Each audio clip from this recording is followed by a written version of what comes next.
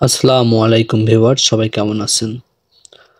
আজকে একটা নতুন ভিডিও নিয়ে আপনাদের মাঝে আসলাম। অবশ্যই দেখতে পাচ্ছেন সাবানটার নাম হচ্ছে পিকেটার সোপ। আসলে পিকেটার সোপের কাজটা কি, দাম কত, কোথায় পাবো, কি কাজে ব্যবহার করা হয়, তা নিয়ে বিস্তারিত আলোচনা হবে। আমি একজন সি ক্যাটাগরি ফার্মাসিস্ট। আপনাদের ভালো প্রোডাক্ট এবং যে কোনো মেডিসিন সম্পর্কে ধারণা দেওয়া আমাদের দায়িত্ব। প্রথমে শুরু করা যাক, আসলে পিকেটার সোপের কাজটা কি এবং পিকেটার সোপের মধ্যে কি কি উপাদান রয়েছে। পিকেটার সোপের মধ্যে রয়েছে পাইন্টার 1% অ্যান্ড ডিসোডিয়াম এবং ফ্রেগনেন্সি। কি কি ক্ষেত্রে পিকেটার সোপ ব্যবহার করা হয়?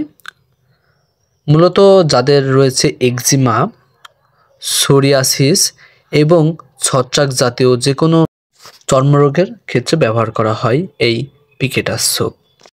আসলে পিকেটার সাবান বিশেষত ত্বকের সমস্যার যে কোনো একজিমা, সোরিয়াসিস, ছত্রাক নিয়ন্ত্রণ করে এবং তা নির্মূল করতে সাহায্য করে।